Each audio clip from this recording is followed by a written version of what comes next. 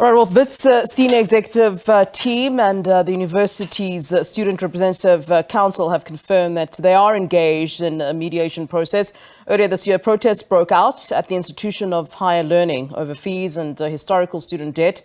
Some students, including SRC President Aphiwe Mnyamana, were suspended pending disciplinary proceedings. We are now joined by Asive Dlanjwa, who is a spokesperson for the South African Union of Students. Asive, thanks very much for joining us here on SABC News, sir. Thank you very much, Sis Flo, for having us, and greetings also to your viewers and listeners. You're most welcome. Let's talk about this statement then by the Wits that Wits issued.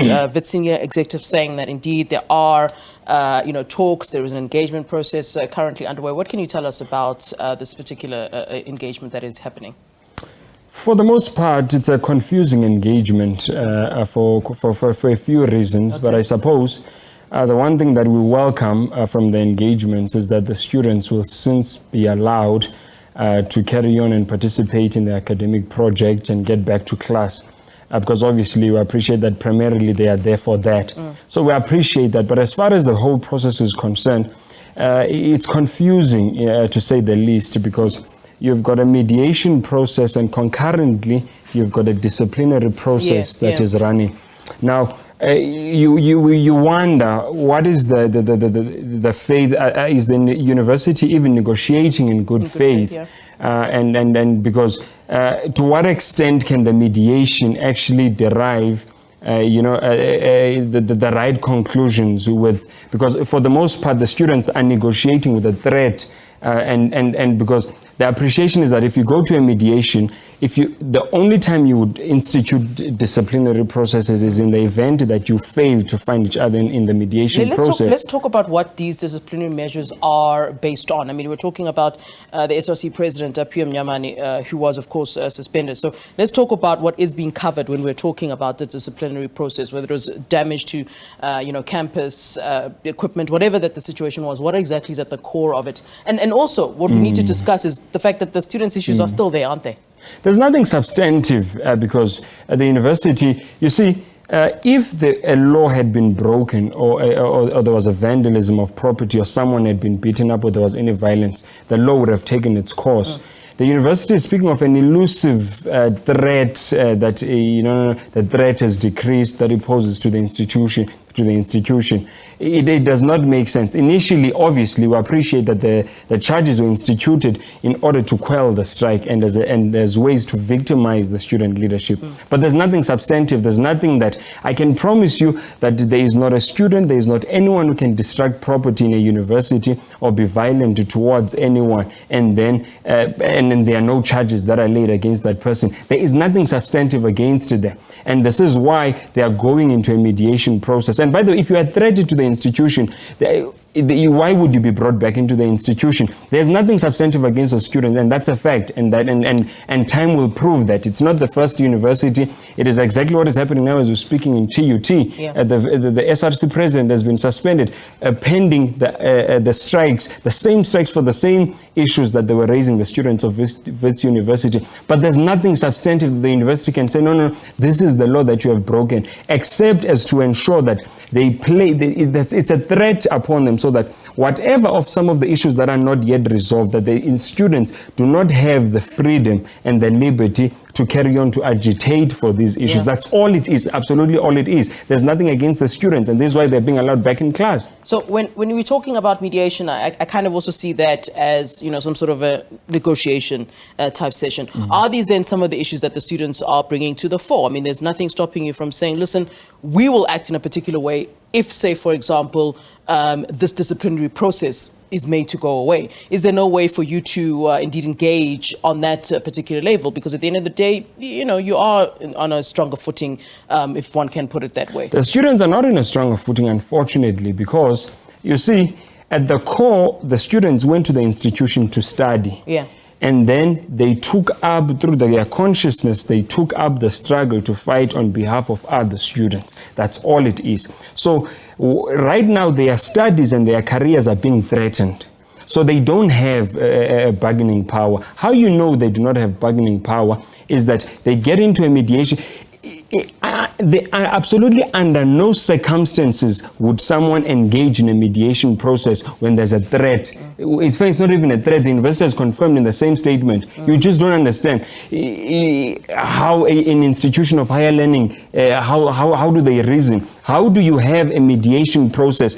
Why? How should we know that? In fact, we know that the mediation process will not reach a favorable conclusion for the students, because if it was, the university is not negotiating in good faith. If it was going to do that, there would be no need for you to have a threat and say, no, we still have the disciplinary process. So which means whatever they agree on, even in the mediation process, and whatever their representations, will be constrained by the fact that they know that there's a pending disciplinary hearing. And how do we know that the presentations which they make to mediation, because when you go to mediation, one of the things that you do is that you must admit some level of culpability or whatever, and from both sides. How do we know that that very same things that some of them that they might admit or whatever the case might be will then be used against them in the disciplinary process? Right. So it's actually, it does not make, it's a witch hunt. But knowing students, they're not going to play dead. I mean, at this point, they are able to continue to agitate. I mean, okay, if this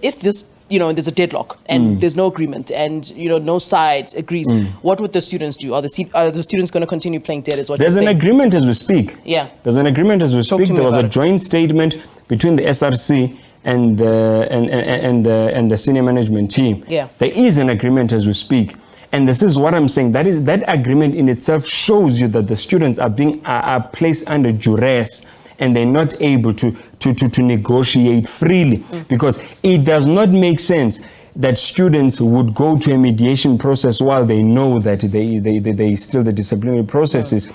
And even it's unheard of, man, that in a situation like, unless the situation had been concluded once and for all, then there would have been a joint statement. Why is there a joint statement between the SRC and the university, and yet disciplinary processes are still hanging like a gallon over our students? It shows you that our students are negotiating under duress. Aphiwe, whom you have mentioned, has not been in class for a long time. He's been outside the class, and it's not like the academic project was waiting for him. He's not the only one. There are other SRC members also that had been suspended. So obviously, the students want to go back to class so that they don't lose their academic year. So unfortunately, at the university in this case, has proven itself to be much more powerful than the students, and they have used the threat and or rather the prospect of our students getting their degrees as a threat.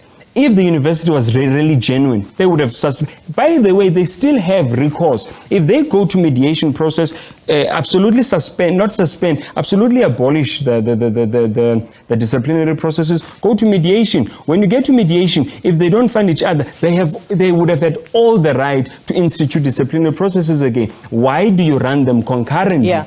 So okay, moving forward, because I mean, Asive, we see this happening every single year.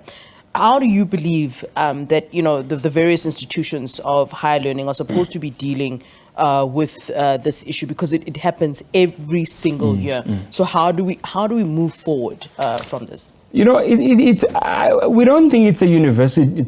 Yes, there are challenges in the university. It's a university issue more than it's a sectoral issue, in the sense that, because as I told you, there are many other institutions that are going through this thing, and it happens every year, as you have said.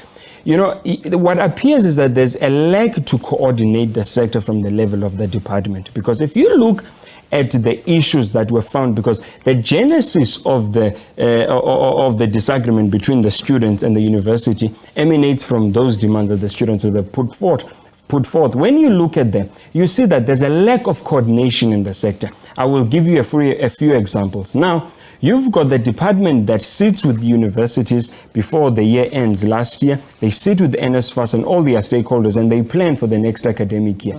The universities present their registration templates and their registration dates, that they will open registration now and close it now. NSFAS presents their timelines. Our applications will run from year to year, will respond at this time.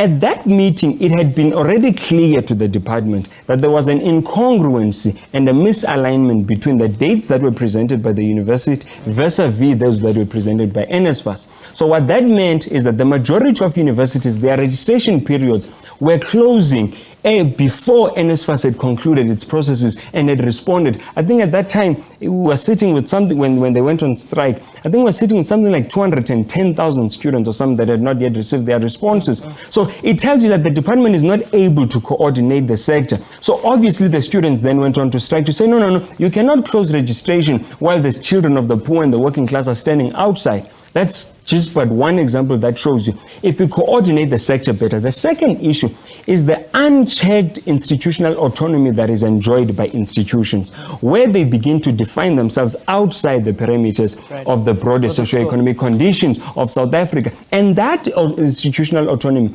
was meant to protect their academic integrity. It was not meant for them to behave as islands. Why am I saying this? There are institutions that made students of the poor and the working class who had been accepted by NSFAS in the beginning of the year, because they had not received the list as yet, they made those students to pay upfront payments, yet these students have been certified to be poor and children of the working class. When the department had made it, NSFAS and the department had said it in a suppose laissez-faire way that, hey, if you get a chance, admit these students because they're NSFAS students, it does not have, it's not able to coordinate the sector, and this is why we're having this crisis. All right, I wish we had more time, Asive. I think there's a lot of issues to iron out today, but thank you very much for coming into studio to talk to us about what is going on. Of course, the Wits Senior Executive team and University Students Representative Council confirming that they are indeed engaged in the mediation process, of course, ironing it out with Asive Dlanjwa, who's the spokesperson for the South African Union of Students.